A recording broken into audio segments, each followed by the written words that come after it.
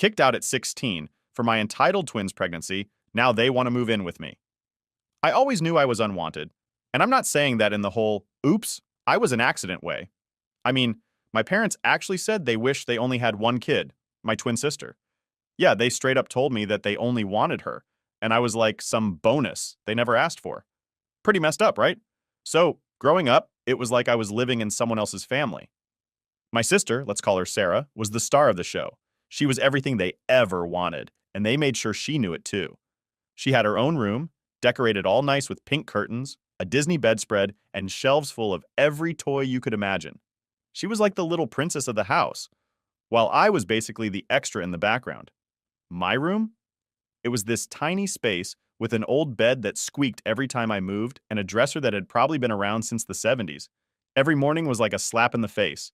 I'd wake up, hear my parents talking about how they couldn't wait to buy Sarah new clothes or take her to gymnastics or whatever, and meanwhile, I was left to figure out what I was going to do with my day. It's like they never noticed I was even there. And if they did, it was just to tell me to stay out of the way. I'd get, "Why can't you be more like your sister?" So often it felt like it was my name.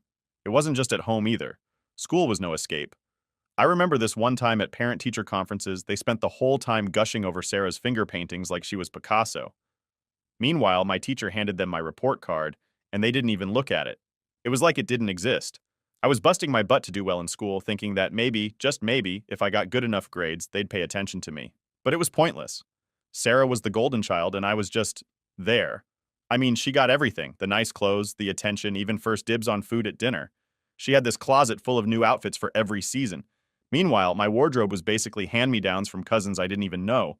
I swear some of those shirts were older than I was. And every Christmas and birthday, it was the same story. Sarah would get showered with gifts while I got, like, one or two things. Just enough so they could say they got me something. I'd sit there watching her open her presents while I faked a smile, pretending like it didn't bother me. But it did. It wasn't just about the stuff either. I mean, yeah, having nice clothes or new toys would have been cool, but it was the little things that hit the hardest. Sarah's toys were like sacred relics. If I so much as touched one of her dolls, she'd scream, and my parents would come running. It didn't matter if I was just looking at it was always my fault. I'd get scolded for not respecting her space or being careless. It was like they saw me as some sort of threat to her happiness. And mealtimes, man, those were rough. Sarah would always get first pick of everything. Biggest slice of pizza, the best cut of chicken, whatever. I'd get the leftovers. And if I complained, my mom would shoot me this look and say, "Be grateful you're getting anything at all." Like I was some outsider they were doing a favor for by even feeding me. The only person who made me feel seen was my grandfather. He was different. He didn't treat me like I was invisible.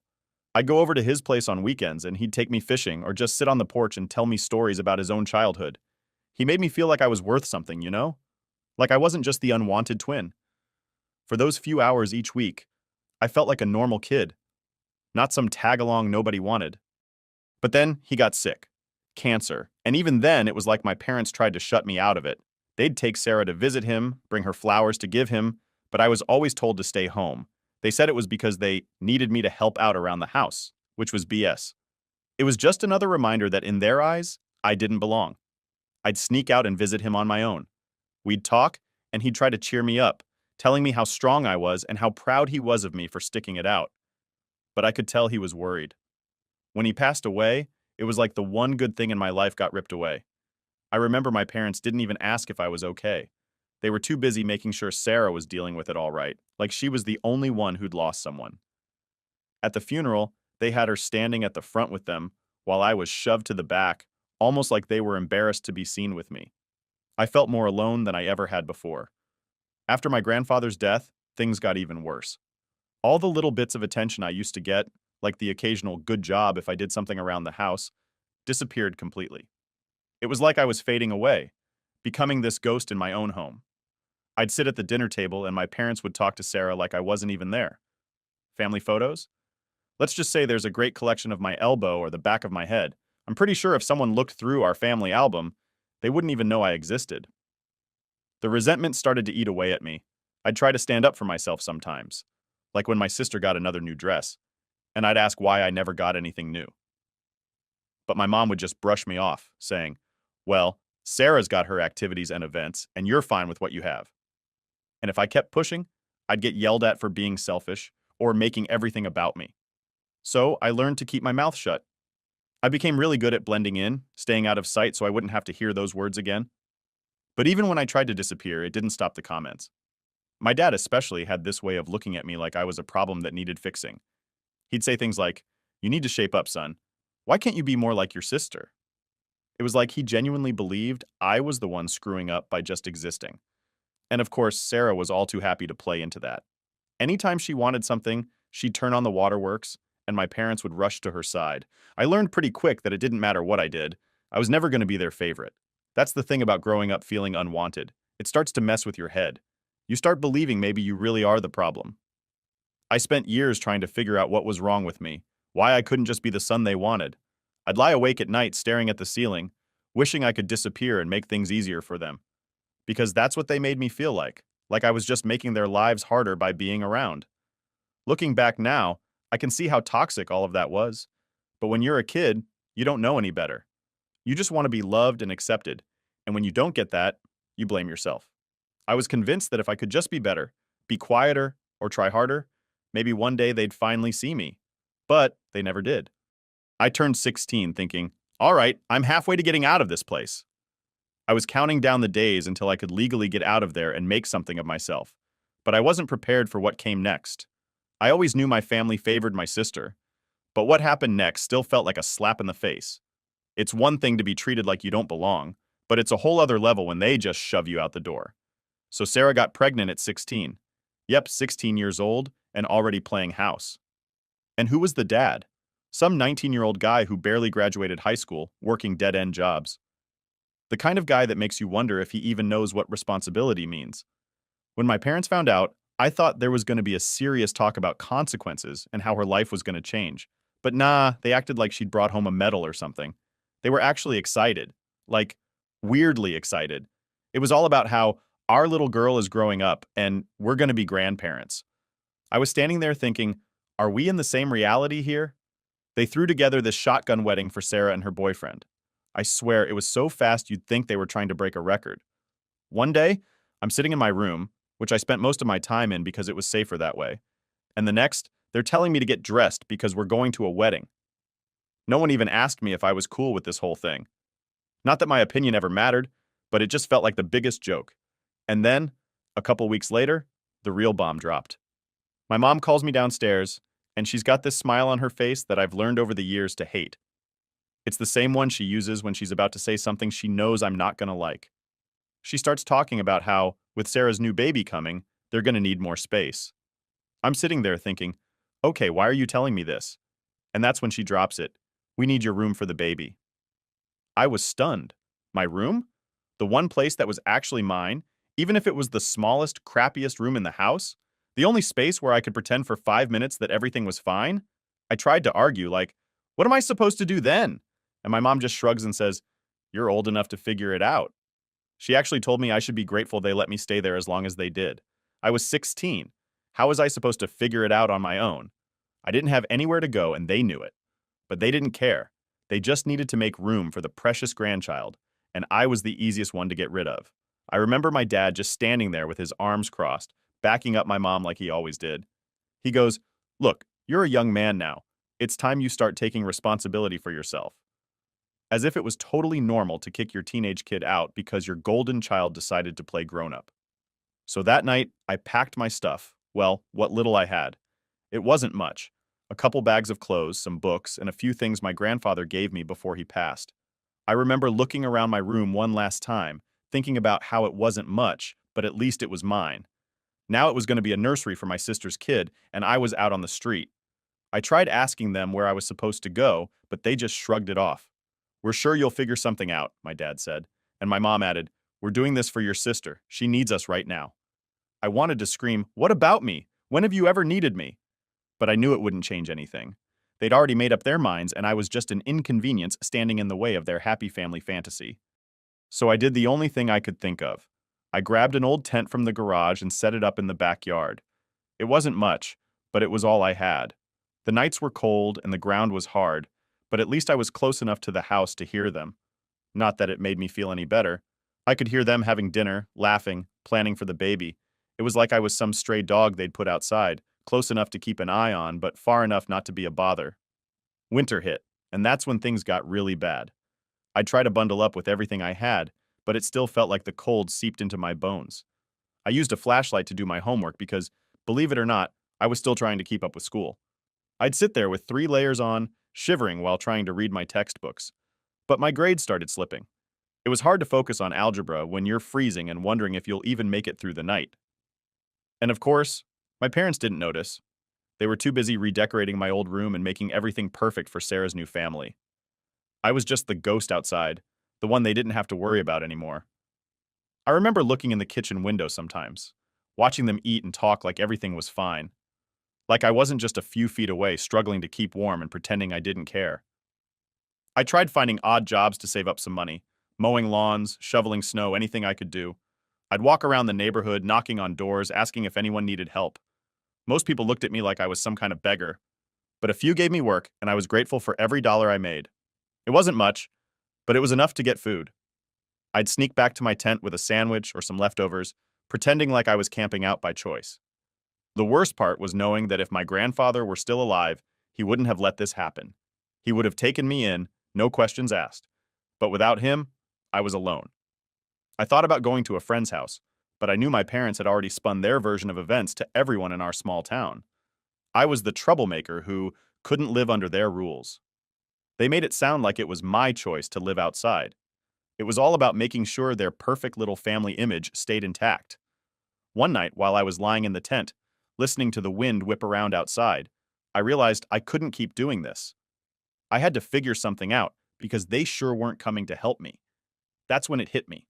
They never cared. They'd pushed me out without a second thought. I was nothing to them, just some extra baggage they didn't want to deal with. So, I made a decision. I was done trying to win their approval. I was done being the kid they ignored and blamed for everything. If they didn't want me, fine. I was going to figure things out on my own. I didn't know how yet, but I knew one thing for sure. I wasn't going to stay in that backyard forever, hoping they'd let me back in. I was going to find a way out, and I was going to make it, with or without them. Living in that tent was a constant reminder of how alone I was, and honestly, I was getting desperate.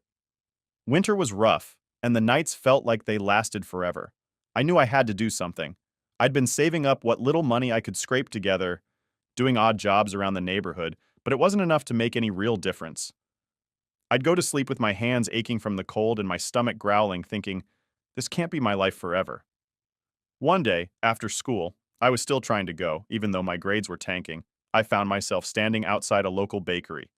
I used to walk past it all the time, smelling the fresh bread and pastries. That day, I was hungrier than usual. I must have looked like a mess, standing there staring at the display window, because the owner, this old guy named Frank, came out and asked me if I needed something. I didn't really know what to say, so I just kind of shrugged it off, trying to play it cool. But Frank wasn't buying it. He saw right through me. He was one of those no-nonsense types with this gruff voice and a look that said he'd seen his fair share of tough times. He asked, "You looking for work, kid?" I didn't even think twice before nodding. I figured it was my shot. He said he needed someone to sweep the floors, help with deliveries, and clean up the place. Nothing fancy, but he'd pay me cash and throw in some day-old bread. It felt like I'd hit the jackpot. I wasn't going to sleep in that tent with an empty stomach anymore. The first day on the job was rough. The bakery opened early, and when I say early, I mean before the sun even thought about coming up. I was up at 4 a.m., making my way there while the world was still dark. But the moment I walked through those doors, the warmth hit me, and I was like, yeah, I can do this. Frank showed me around, pointing out what needed to be done, and gave me the rundown of his no slacking rule. The work was hard, and my back ached from mopping floors and lifting heavy bags of flour, but I didn't care. I had a place to be, and it felt good to be doing something useful. Frank wasn't the warm and fuzzy type, but over time, we started talking. He'd tell me stories about how he'd opened the bakery years ago, right after his own dad kicked him out for being a screw-up. He'd managed to build it up from nothing, and I think he saw a little bit of himself in me. He started giving me advice, like how to budget my money, and even offered to teach me how to make some of the simpler pastries. It was weird, but for the first time in a long time, I felt like someone actually gave a damn about what happened to me. After a few weeks of working there, Frank told me he had a small room above the bakery that no one was using. It was basically a storage space, but he said I could crash there if I wanted. It was a step up from the tent, and I was beyond grateful. I moved my stuff in that night. The room was tiny, with a single bed and a window that barely opened, but it was warm, and I finally had a roof over my head. It was the best sleep I'd had in months. Waking up every day and having a place to go felt like a huge deal. I threw myself into the job. I figured if Frank was giving me a chance, the least I could do was work my butt off. I learned how to knead dough, how to make the perfect loaf of bread, and even how to whip up a decent apple pie. Frank was tough, but he was fair, and he'd give me a nod or a grunt when I did something right. It wasn't much, but those little moments meant everything to me. One day after my shift, Frank sat me down. He had this serious look on his face, the kind that made me think I was in trouble. But instead, he handed me an envelope.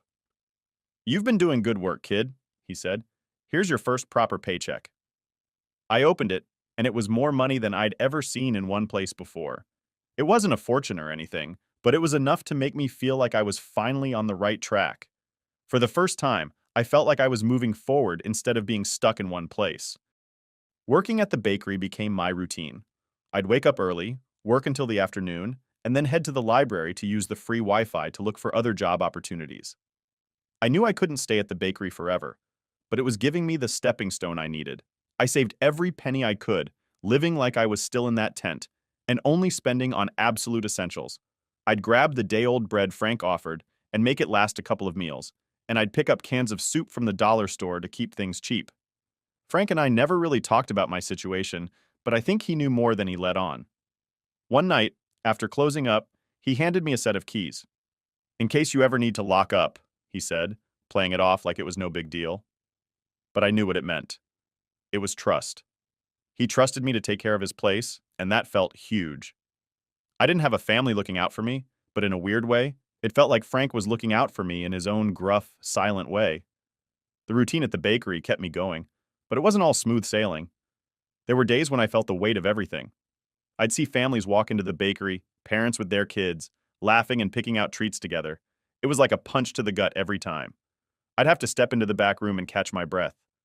Part of me still couldn't believe how my own family had just kicked me out like I was nothing, while complete strangers treated me with more kindness than my own parents ever had. But I wasn't going to let those thoughts drag me down. Frank always told me, you either let life beat you, or you get up and beat it right back. It became kind of like a mantra for me. I wasn't about to give up, not after everything I'd been through. Every day I'd go back to that room above the bakery, and I'd make myself a promise. I was going to keep going, keep pushing, and I was going to build something better for myself. One morning, Frank came in looking more tired than usual. I asked him if everything was okay, and he just grunted and said something about getting old. But he gave me this look that felt almost like a warning, like he was trying to tell me not to get too comfortable. I didn't think much of it at the time. I just figured he was having a rough day. But those words stuck with me. I knew he was right. I couldn't stay at the bakery forever. It was a safe place, yeah, but I needed to start thinking bigger. So I started asking around for more work. I picked up extra shifts at a local convenience store and even helped out with landscaping on weekends. Anything to make a few extra bucks.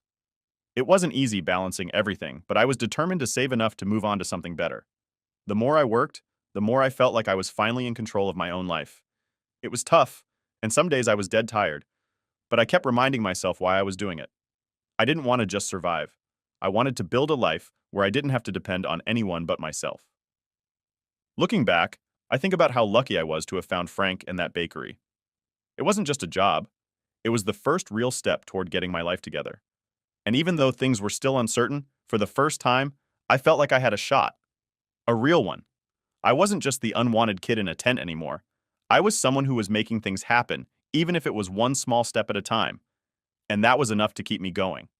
After a few years of working my butt off and saving every penny, I finally did it. I bought my own house. It wasn't anything huge or fancy, just a small 3-bedroom place on the edge of town. But it was mine. I can't even describe how it felt walking through those doors for the first time, holding the keys and knowing that this was my space. I stood there in the empty living room, looking around at the bare walls, and felt this rush of pride. I'd done it. I'd made it. And I'd done it without any help from my so-called family. I spent the first few weeks living there without much furniture.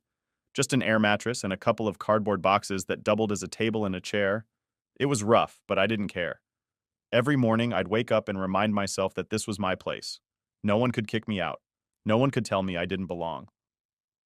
I started slowly furnishing the place, little things here and there as I could afford them, a couch from a thrift store, a cheap dining table, stuff like that. It was coming together, and with every piece of furniture I brought in, I felt like I was building a real home. Then one day, when I was just starting to feel settled, my doorbell rang. At first, I didn't think much of it. I figured it was a delivery or maybe one of the neighbors stopping by. But when I opened the door, it felt like I'd been punched in the gut. There they were, my parents, Sarah, her husband, and their 3 kids. All of them standing on my porch, smiling like nothing had happened, like they hadn't kicked me out years ago and left me to fend for myself. My mom was the first to speak. "Surprise!" she said, like she was announcing some grand reunion. "We heard you bought a house. We're so proud of you." I just stood there, gripping the doorknob, trying to keep my face neutral. Part of me wanted to slam the door right in their faces, but another part of me was just in shock. I hadn't seen them in years, and now here they were, acting like everything was fine. Sarah pushed her way forward, her baby on her hip, and looked around my entryway like she was appraising it. "Nice place, bro. You've really done well for yourself." And that's when it hit me. This wasn't just a friendly visit. They were here for something. My family had only ever shown up when they needed something. My dad cleared his throat, looking like he was about to give one of his fatherly speeches. "Son, we were thinking, with Sarah's family growing and all, and you having this big house to yourself, maybe it's time to let bygones be bygones. Family should stick together, right?" I almost laughed in his face. Family? These people had thrown me out like trash when I was a teenager, and now they were talking about family? I bit back the anger rising in my throat and forced myself to ask, "What are you really asking for?" My mom stepped forward, all smiles. "Well, we thought, wouldn't it be nice if we all moved in here? One big happy family, like old times." She said it so casually, like she hadn't just asked me to give up the one thing I'd worked so hard for. I could feel the anger building up, the memories of sleeping in a tent, of being ignored and treated like a problem. And now they wanted to move into the home I built on my own? "No," I said, trying to keep my voice steady. "That's not happening." The smiles dropped. My mom's face twisted in confusion, like she couldn't believe I was saying no. "But we're family," she insisted, like that was supposed to mean something. "We should be helping each other out." I felt my hands start to shake, and I took a deep breath, trying to stay calm. "Where was that attitude when I was 16 and sleeping in a tent in the backyard?" I asked. "Where was family then?" For a moment, they were silent. My dad's face turned red, and he puffed up his chest, like he always did when he was trying to intimidate me. "Now listen here." "No, you listen," I cut him off. "I built this place on my own, without any help from you. I worked every day to get where I am, and I'm not letting you waltz in here like nothing happened. This is my home, and you're not welcome here." Sarah's face twisted into this fake, hurt expression. "Come on, don't be selfish. We need the space, and you owe us." That was the final straw. "I owe you?" I snapped. "I don't owe you anything. You all kicked me out when I was a kid, left me with nothing, and now you think you can just show up and take over? Get out."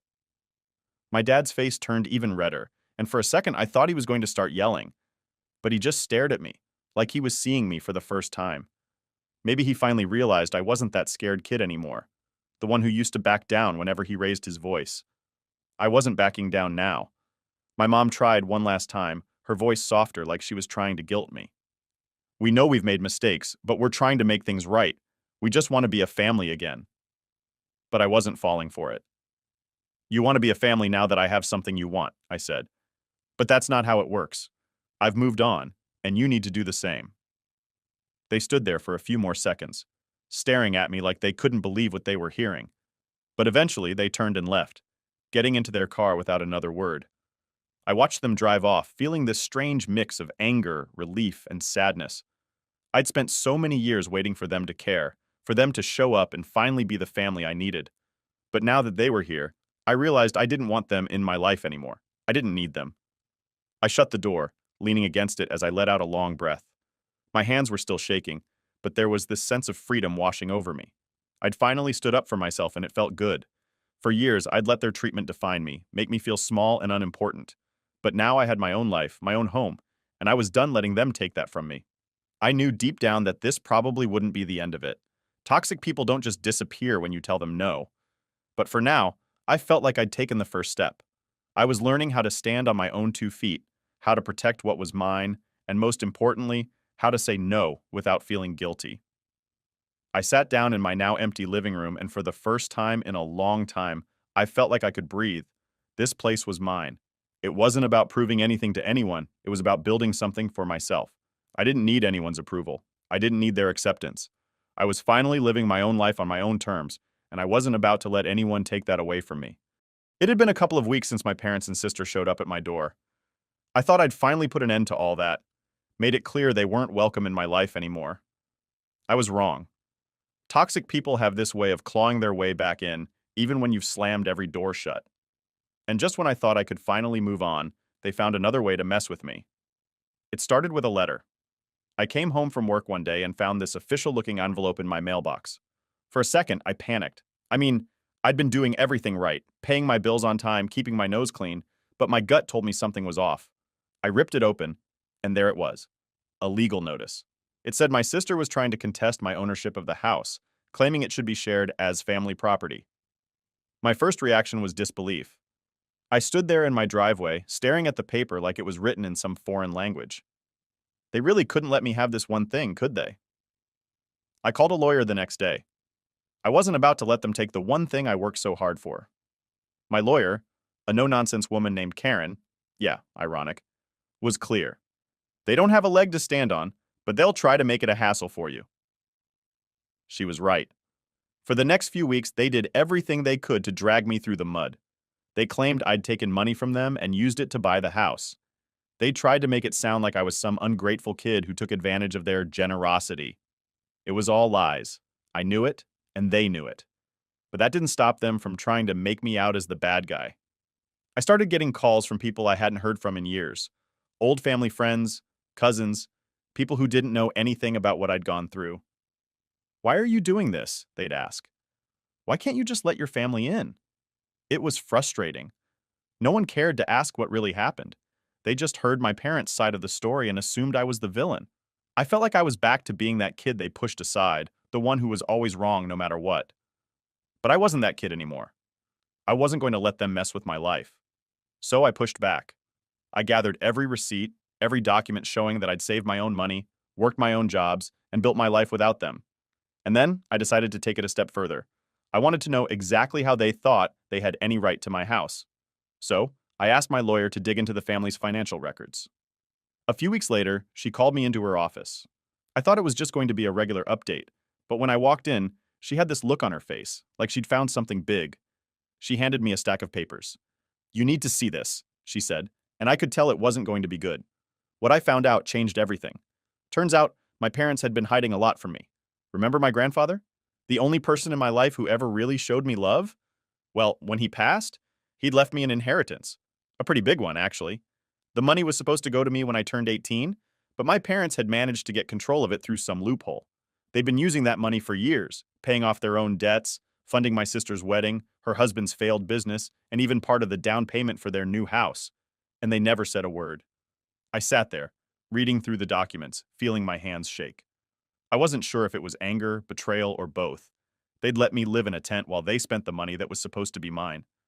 All those nights I spent wondering why I was never good enough, why they never cared, and it was because I was just a source of cash to them. I was furious. All this time I'd been struggling, working my hands to the bone, and they were living comfortably off what was rightfully mine. I felt stupid for not knowing sooner, for not questioning why they seemed to live beyond their means when I was younger.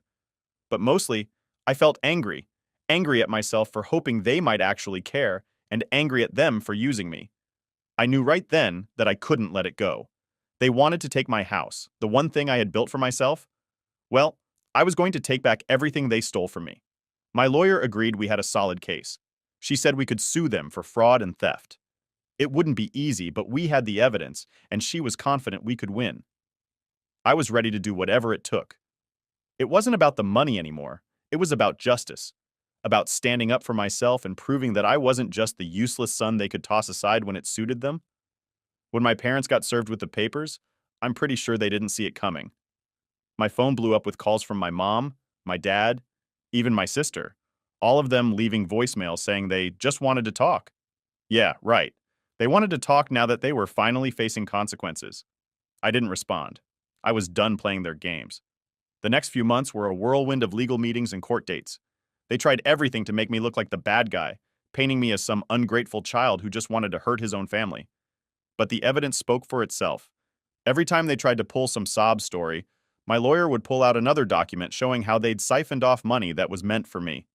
It was brutal, watching them squirm, but it was also the first time I felt like I had power. I wasn't that scared, helpless kid anymore. I was fighting back. When the verdict finally came, it was like a weight lifted off my shoulders. The judge ruled in my favor. They had to pay me back everything they took, plus damages. The look on their faces when the judgment was read was something I'll never forget. For the first time, they couldn't talk their way out of it. They couldn't twist the narrative. They were caught, and they knew it. Leaving the courthouse that day, I felt a sense of closure I hadn't felt in years. It wasn't about getting the money back. It was about knowing that I wasn't the worthless son they made me out to be. I'd proven that I could stand up for myself, and for the first time, I felt free from their control. Since then, they've tried to reach out a few more times. They've tried apologizing, saying they want to make amends. But I know better now. Apologies mean nothing when they only come after you've been forced to face the consequences of your actions. I blocked their numbers and made it clear that they're not a part of my life anymore. Now I'm focusing on moving forward.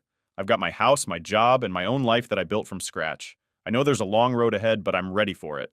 And I've learned that sometimes the best thing you can do is walk away from the people who hurt you, even if they're family. Because in the end, family isn't about blood. It's about who shows up for you, who supports you, and who doesn't treat you like an afterthought. I'm not sure what the future holds, but I know one thing for sure. I'm not letting anyone take away what I've earned. Not anymore.